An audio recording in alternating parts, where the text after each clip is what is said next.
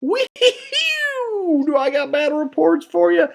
I was just watching this week's episode of The Walking Dead. It literally just finished. On that episode, they were drinking moonshine. It was a coincidence because I was also drinking moonshine. I love this stuff. So, now that the episode's over and I'm somewhat lit up on moonshine, I figured what better thing to do than record a battle report. Thankfully, I have a second game. On Friday, I played the Sigmar's Blood second game of the campaign. And on Saturday, I had a game with a new gentleman named Eric. Eric met me online through the Vampire Counts forums, and he happened to just see my battle reports and noticed that I was from Minnesota. And I love when that happens. I love when someone's like, hey, you're over here, let's get a game in. So we threw down a fantasy flight. Eric brought his Dark Elves. He has a couple of armies, brought his Dark Elves, which I'm very excited about because most of you know that's going to be my next army. Just kind of working on painting stuff up. And I want to see how they'll play. How are they going to stack up? And I'm honestly getting kind of disheartened with the vampire counts. There are things I love about the army, especially the flavor. They're fantastic. But now that the elite armies have all kind of been redone, I just feel like, not that we're not powerful, but I feel like large chunks of our army are just awful. I'm getting sick of getting canned and having my army crumble. I'm getting sick of pulling off 10 to 20 guys at a time from crumble that just don't matter at all. It's a mechanic. I'm starting to not like it.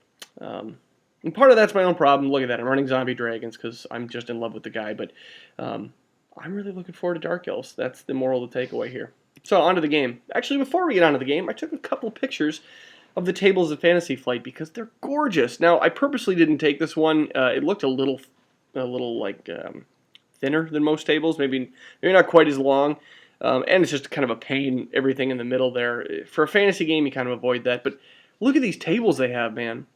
Now, I got a buddy at work who's into 40K. I'm teaching about fantasy. He's teaching me about 40K. And one of the things that he remarked the other day was, man, the weirdest thing about the two differences to the game is that you guys don't use terrain. I mean, you have it, but it's an annoyance. You try to get around it. And in very rare instances, do you actually ever need it for anything? And that's true. I was kind of thinking about that. It's a really valid comment, and I like fantasy, don't get me wrong. I think our movement is far superior. Every time I look at 40K or try to play it, it's like, not to insult you 40K players, but it seems like a game for average Joes in terms of movement. The strategy there is based on your rules, and you're rolling your dice, and it's not based on the movement. Everyone gets to kind of do their own thing. Fantasy, you guys all know, it's a game of millimeters. I'm not advocating for losing that, but man, wouldn't it be cool to play on a board like this? Just be badass. Anyway, the normal fantasy boards are actually pretty decent here too. So here is the battle. We rolled up a pitch battle and a couple pieces of terrain. There is a marsh on the left. That's the kind of base with one rock in it. There's a couple mysterious forests. Orphank on the right is actually not anything, but I just like having that around because it looks cool. And those big arcane ruins in the middle are arcane ruins, and that will allow any of my casters to channel 3 extra dice, and if you ever roll 3 or more 6s, you miscast. So I've got a couple necromancers right there. Let's go down the lines here. Just a picture from the other side. Here's what I brought. I've got a Terrorgeist, 10 Hex Wraiths. I call that the Matthew Reason because he convinced me that's a great formation. Got 30 zombies, my Vampire Lord, and this time I am not rocking the defensive list. I knew I wasn't going to be likely to face cannon. I figured worst case couple bolt throwers, so I went back to the Night Shroud build, which I like a little more. So I've got a lance, which normally is a problem because you got to get the charge off, but they're elves. They're all T3, so that's fine. Got the lance and the Night Shroud to make them ASL, so I'll be getting my rerolls and all that wonderful stuff. Next, group of zombies, 30 more. 2 Necros. One has the Dispel Scroll, one has the Book of Archon, because everyone's level 1s here, so I figured the Book of Archon will give me Van Hells. And Matthew Reason actually pointed a good chunk of my list out to me. We were talking back and forth. If you don't listen to his channel and watch his battle reports, you should.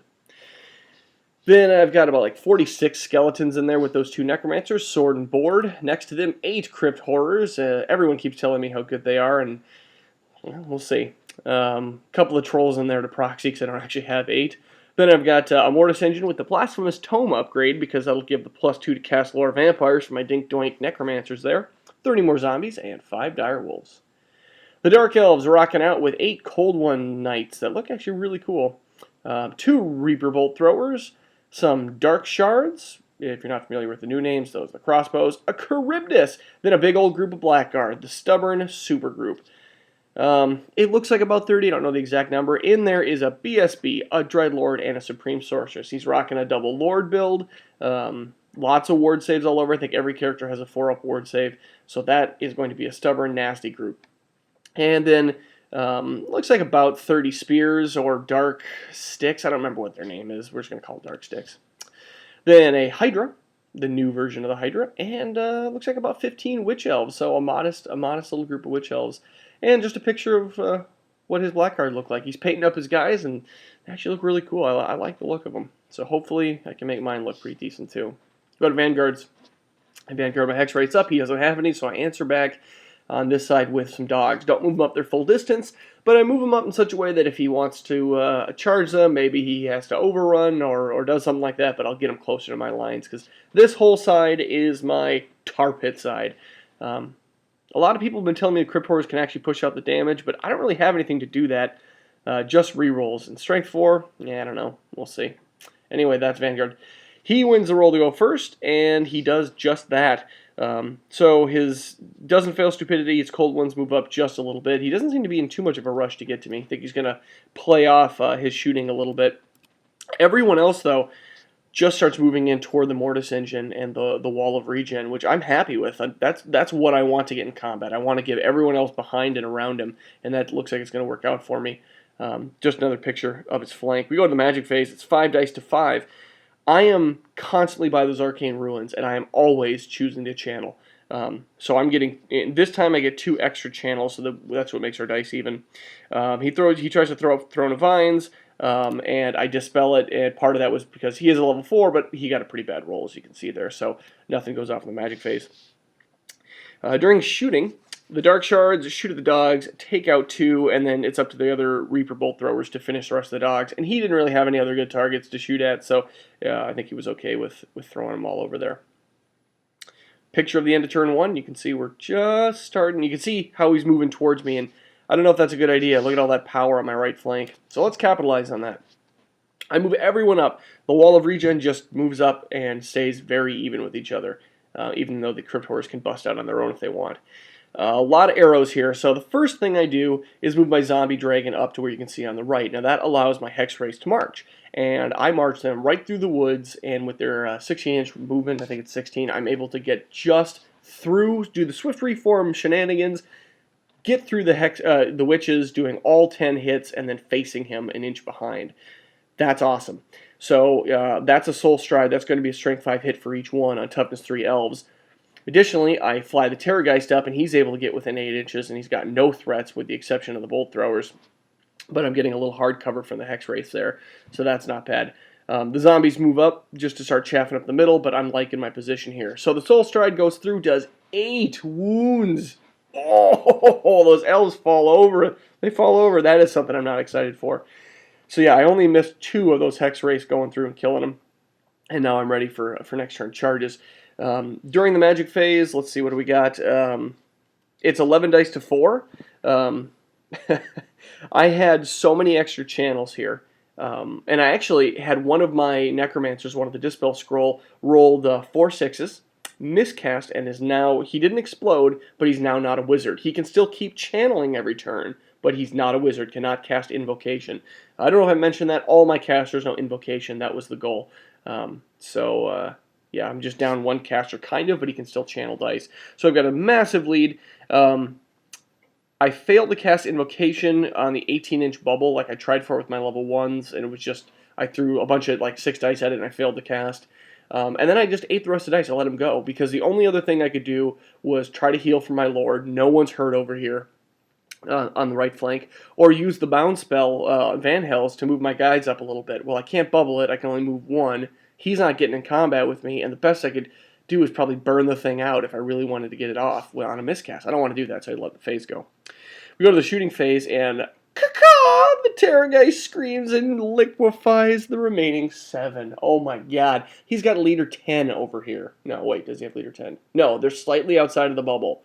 I did exactly the amount of wounds needed. So what was that? I think he's, leader 8 then? God, I must have rolled like an 11 or something. Something huge. Liquefied the rest of them, and the Witch Elves are gone. And now I'm starting to feel like a jerk. Only a little bit. I need a win. Here is a picture of the end of the turn, and we go to Dark Elf turn 2. He's doing the same thing. He's not really charging in. I kind of expected those cold ones to come in, but I don't know what target's really good for him. So he's holding up a bit and just keeping his little kill zone in there. I'd like to get my zombies that are on the right of those arcane ruins into him, but he's closing in quick on my Hex Wraiths and my 2 casters, so we'll see what happens. Here's a picture of the right flank. You can see he's actually moving pretty quick. He's kind of getting far away. He's not too threatened by a Soul Stride here. I could do a rear charge on him. Terrorgeist, as long as I keep the general nearby, can fly and scream at something, but now we're starting to get into where he has a lot of numbers. We'll see what happens, but I can't charge anything with my Lord at that distance. We go to Magic. It's 9 dice to 6. I end up only getting 1 channel this time. He throws 6 dice to Throne of Vines, gets Irresistible Force, so I can't try to dispel it. He rolls, on the 2-up he ignores it because the Throne's up, and so he ignores it, and I'm able to stop Flesh to Stone on his Blackguard. So he just has Throne of Vines up. Hopefully I'll remember to get rid of that in the next phase. That's an okay Magic phase. During shooting, the Bolt Throwers both aim for the Terrorgeist and don't do anything, which I'm happy about. And that's it. We go to Vampire Counts turn 2. So first off, the first arrows you see here are charges and charge attempts. The dash line and the zombies, I try to charge into the Blackguard. I think I tried to charge into the Blackguard. I think it was Blackguard, yeah. I don't know. I don't remember. I think they tried to charge, and they didn't make it. I charge the zombies into the Hydra, because there's a juicy flank there. Why not? I'm either holding it up, or maybe I'll get lucky. And then I decide to charge the Hex Wraiths into the Spears, and I'm like, that's cool. I got a flank charge, disrupting them. I'll do a bunch of wounds and feel happy. And I'm like, cool, I'll overrun those zombies. I don't really realize what I'm doing at this point, but you'll see here in a minute. So anyway, I've got the charges I want, really. Otherwise, I fly the Terrorgeist over so he can scream at whoever he wants. Looks like I'm staring at the Spears there, but my front 45, I'm within 8 of that Hydra, so that's my plan, to scream with the Hydra to soften it up so the zombies can kill it. And then the Lord flies over just to keep a little bit of healing and marches and all that around so he can threaten something. But there's no really good place for him to charge into next turn. Here's just a close-up of how everyone lands, I guess. So we go to Magic. It's 6 dice to 2. I get 2 channels. It would have been 4 to 2, but it's 6 to 2. It's just awesome that things change in the game. I throw Invocation to heck out from the Lord and the Necromancer. One of them gets through. It must be the Necromancer, because here's how the heals go. Heal quite a few. 7 on the zombies that are in with the what's that thing? A Hydra? And then just a bunch all around. There's no real wounds to heal up, so I'm just growing zombies. But that's pretty good. I either get 1 or 2 heals off, and that's basically it. We go to the shooting, and I roll a 9. A 9. Plus 6 is 15. He's got leader 10. He's in the bubble. That's 5 wounds. 5 wounds is exactly how many wounds the Hydra has. And guess what? This is the new Hydra. It doesn't have regen. It doesn't even have a save. It only has that after regen. So suddenly I kill it, which is fantastic, because I'm like, hey, the FAQ says if for any reason you go into combat and the guys you were fighting are dead before we get to combat, you can overrun. So I'm like, yeah, I'll overrun. That'll be great. This is a mistake. I'm thinking it's overrunning and it's giving me a bunch of static combat res. I'm going to land a bunch of hits, and with static combat res and disrupting him, I will break him. That's what I'm thinking. That's not that smart. And I don't realize this till we go to combat. And so I'll actually show you. We go to combat. I only have 2 Hex Wraiths that can touch him. That means a bunch of zombies. Yes, he can only swing with the flank here, and he only does like 2 because he can't get supporting attacks on the flank. But I have no way. I cannot reform and get zombies out of combat, because you cannot take a model and remove him on a combat reform out of combat. So I literally cannot get any more Hex Wraiths in, and now, unfortunately, he sticks. I think he needed like a 6, and he made it on the reroll, and he's also able to reform. That's not good, because now I'm in his front, and all he has to do is keep swinging at zombies, and I cannot get... I'm never going to be able to get any more zombies, Hex Wraiths in. I'm only going to have those 2. That sucks. I think I was able to shimmy just a bit to go corner to corner so that I could get 2 Hex Wraiths and 2 in the back end, but I did not realize what I was doing. To me, it was like, oh yeah, we'll have a joint combat.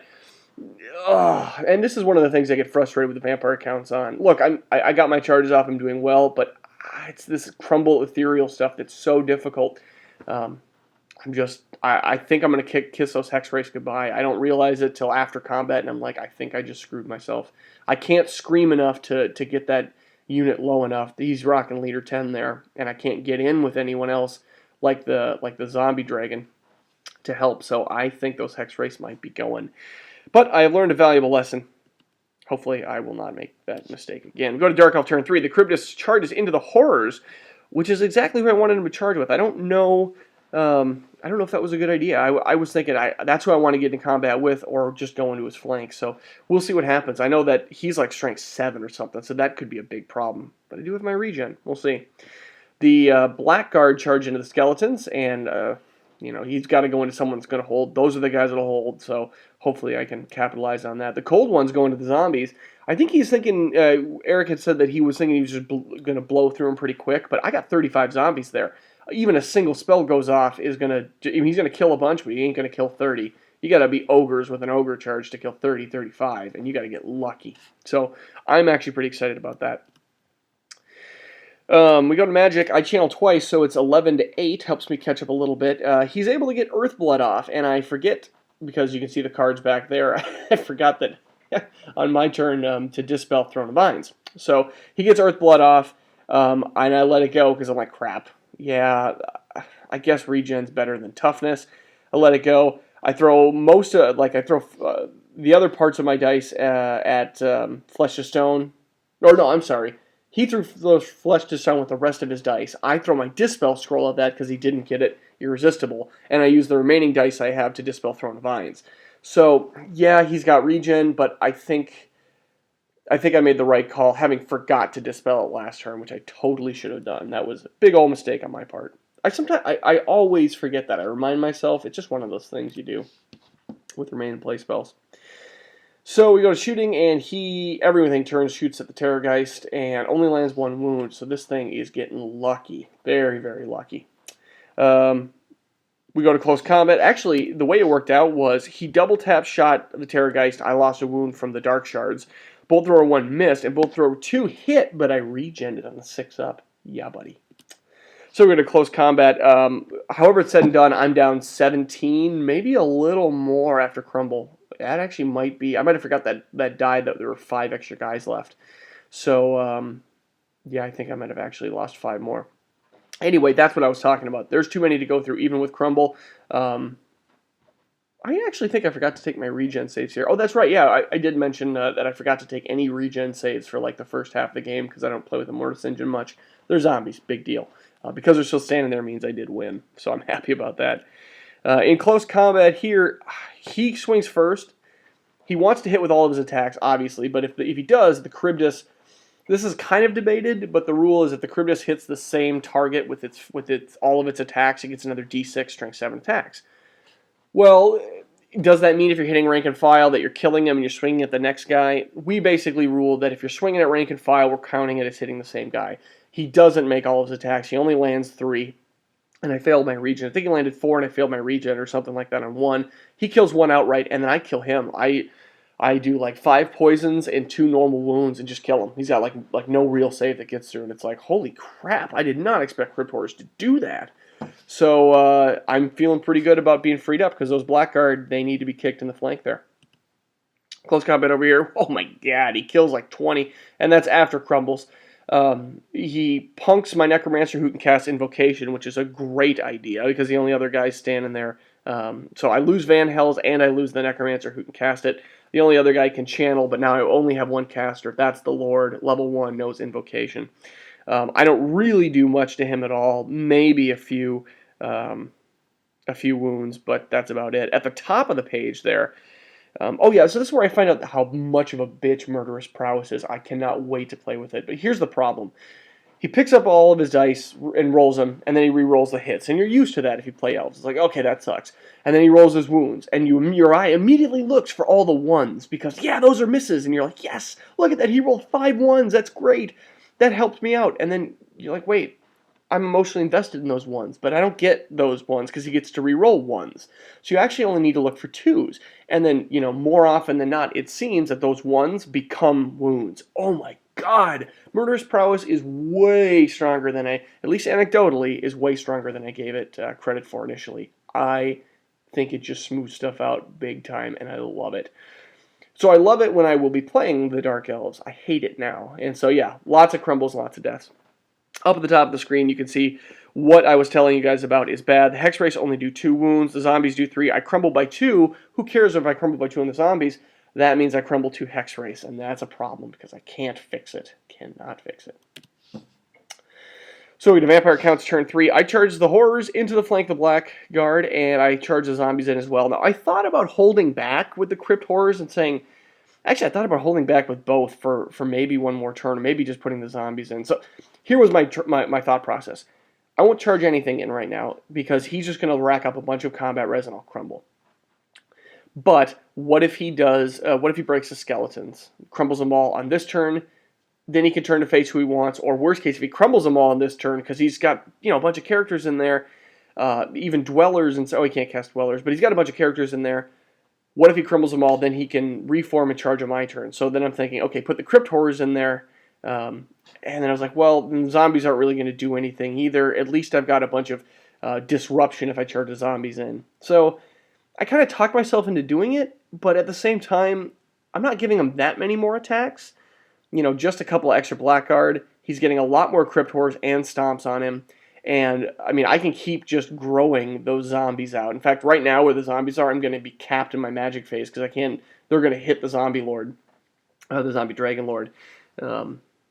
Anyway, that's why I charge them all in, and it's kind of a double-edged sword because, yeah, I'm disrupting him. He won't be able to reform as long as there are guys on both sides, but I'm also, doubling and tripling up on the combat res. So if he just goes to town on the skeletons, I'm going to lose a lot of dudes on all 3 flanks. So that's the bitch about instability. Anyway, I decided to do that. You can see the Terrorgeist flies over, and I'll show you him in a minute. The Zombie Dragon flies over so he can heal and be right next to the Arcane Runes. And I'm kind of basically abandoning the Hex Race up there. Terrorgeist and the Mortis Engine turn to face the Cold Ones because I think my only chance at this is if I scream them to death. And hopefully there'll be 1 or 2 left, and they can't kill the zombies, and I can lock them up. That's what I'm thinking. We go to Magic. Not much happens in Magic at all. It's 7 dice, 7 plus 3 versus 6. So it's actually 10 to 6. I channeled 3 times again. I get the big heal off, which heals quite a few guys all around, which is pretty nice. Just adding more zombies and capped a bunch of more skeletons come back, all that good stuff. And then we go to the Screaming phase, and the Terrorgeist screams, does 5 wounds, and the Mortis Engine comes through, landing frickin' the remaining 2. And the Mortis Engine's only the 2d6 plus 2. The Terrorgeist at 2d6 plus 5 right now. I just got really lucky. I did not expect to liquefy them all. I expected to do nasty things to them, but I didn't expect the Mortis Engine to do that. So I got lucky. I planned to have the Mortis Engine help, but I never really count on it, and it just came through for me this time. So now my guys are free, and hopefully that Terrorgeist won't get shot up in his butt. In close combat, he does 16 hits on the zombies with the Hex Race, hits all of them, wounds almost all of them. Hex Race kills 1, the Horth kills 1. I do 2 wounds with the zombies just because he's got an armor save, and I end up crumbling by 5. So I lose 5 Hex Wraiths, and I come down 17 or so zombies, but 5 Hex Wraiths, they're going to be dead way before the zombies. That sucks. In the combat down below here, you can see we're getting nice and close and personal. He has a Dreadlord, a BSB in the front. His caster is in the 2nd rank because displaced by the command group, but she's actually touching the Crypt Horrors, which is really good for me because she's about to get punched in the face. Stupid sorceress. So first he swings and he lands a ton of hits on the skeletons, and then a couple go to the right on the zombies. I have 2 Crypt Horrors that throw all their attacks at the sorceress. I land 3 wounds, and she luckily regens 2 of them. So I only land 1 on her, but hopefully she'll die next round if I don't let regen through. The remaining Crypt Horrors do 8 to the rank and file. The BSB, I land 2 wounds from skeletons, and he ward saves them both. And the zombies do no wounds. So all said and done, I crumble by 6. You can see, that's 2 full Crypt Horrors. That's not good. And then I'm down just normal numbers here. But I am disrupting them, so even if those skeletons go, which now I'm hoping they go to stop me hemorrhaging combat res, he won't be able to reform.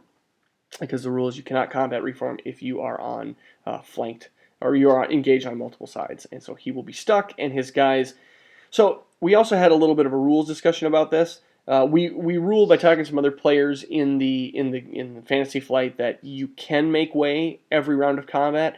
I don't think that's accurate. I know this is a debate online, but the rule doesn't. It says at the start of combat. It doesn't say at the start of every round of combat. So I was thinking at this point that's cool. His BSB and his Dreadlord are going to be, or his Dreadlord is next to the zombies, but his BSB and it's just going to be basically locked to where when the skeletons are gone, he can't fight anyone, and I'll just be hitting rank and file with the Crypt Horrors. We end up saying that he can do that, and that's fine. That's not a big deal. So you can see that the zombies effed me up here, and I've crumbled and lost them all completely. I think I crumbled by 7. So this is the lesson I've learned. Hopefully, I will be able to not make that mistake again.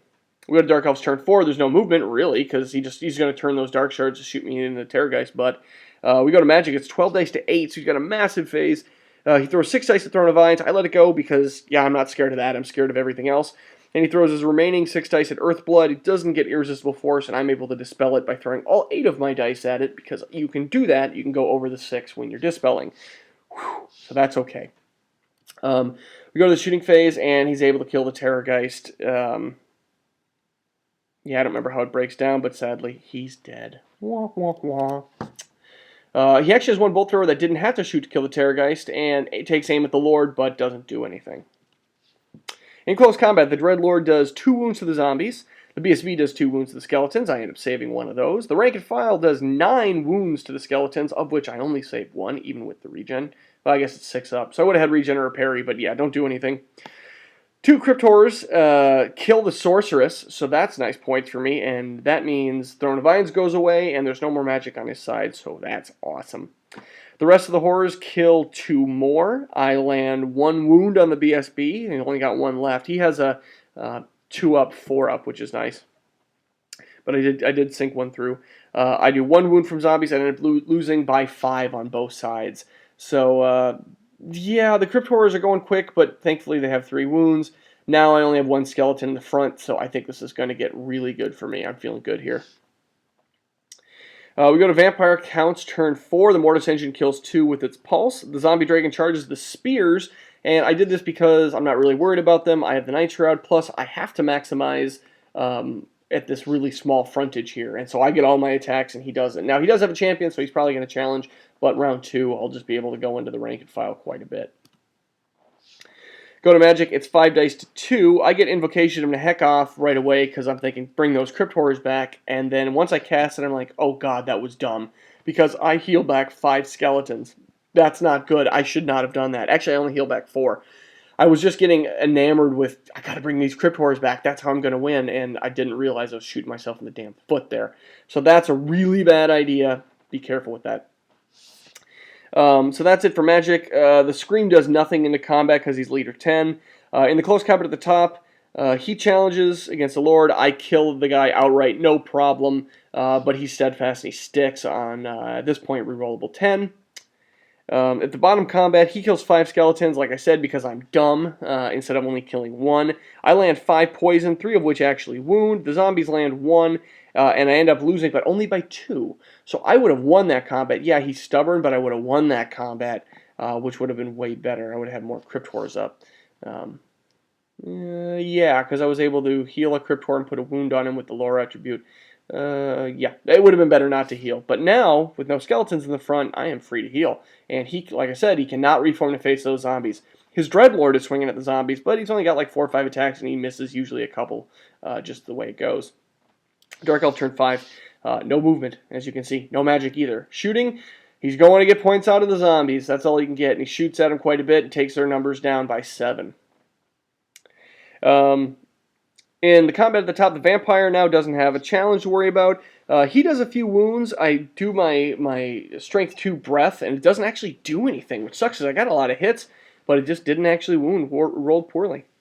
With Stomps, I also rolled poorly and only got 2, so he's pretty steadfast and sticks. I'm still wounded on 2s. It's just a matter of time. He can't really do anything to me with ASL, no rerolls, all that stuff.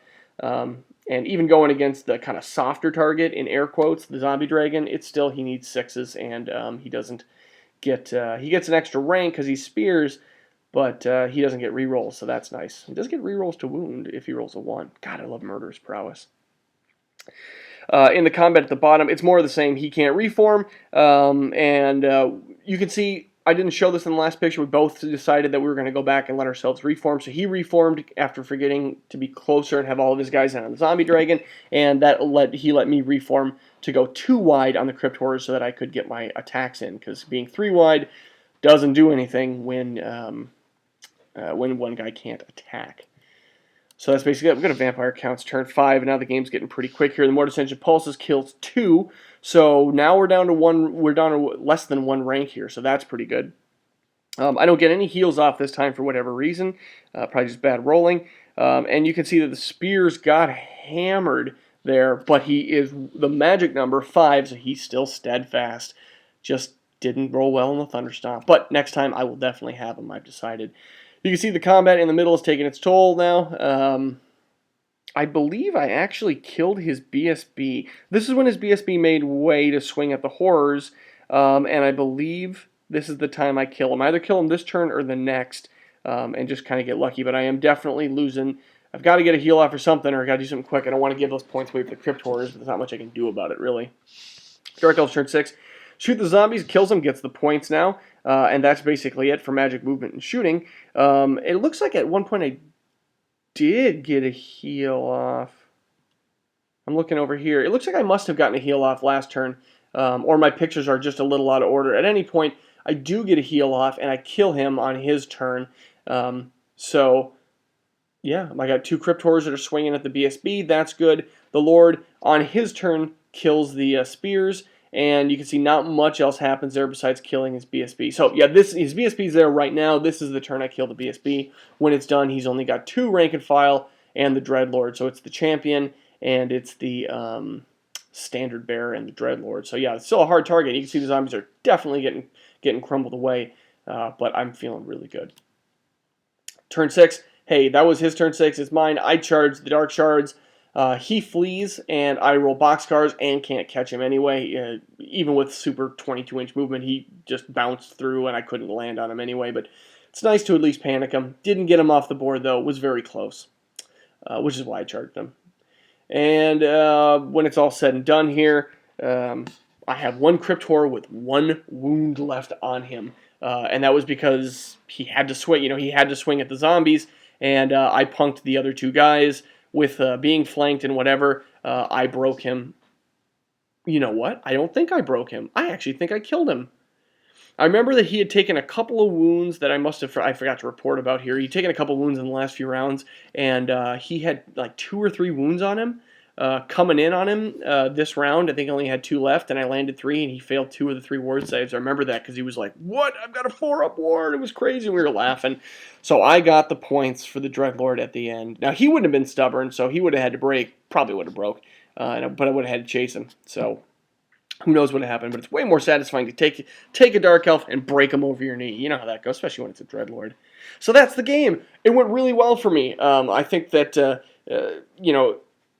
Eric was talking that he plays the vampire counts a bit, but there's a lot of stuff he hadn't seen, and he wanted to see how guys would stack up. I think I got lucky that he went for the regen wall as opposed to the right flank, which had more power. But then again, the right flank can just fly around and keep him dancing. I'm not sure what I would have done in his position. Anyway, it came out to a win for me. I'm very happy with that because I could use one, and now, man, like I said, after seeing Murderous Prowess, I am freaking dying to keep painting these. I got a guy online in Australia who is buying my Bretonians, so that will allow me to buy all the core and everything I need to actually start fielding my Dark Elves. Sadly, shipping to Australia is like $300. I think I found about $100 rate, but my God, that's it's more than I'm getting for the army to ship it initially. Anyway, that's the game. That was fun. We had a good time. Beer was had. Good location. And hopefully we'll have more coming up for you. I believe this week I've got some Triumph and Treachery games coming. So, that is an entire week of making battle reports. Far too many hours. I hope you guys enjoy them.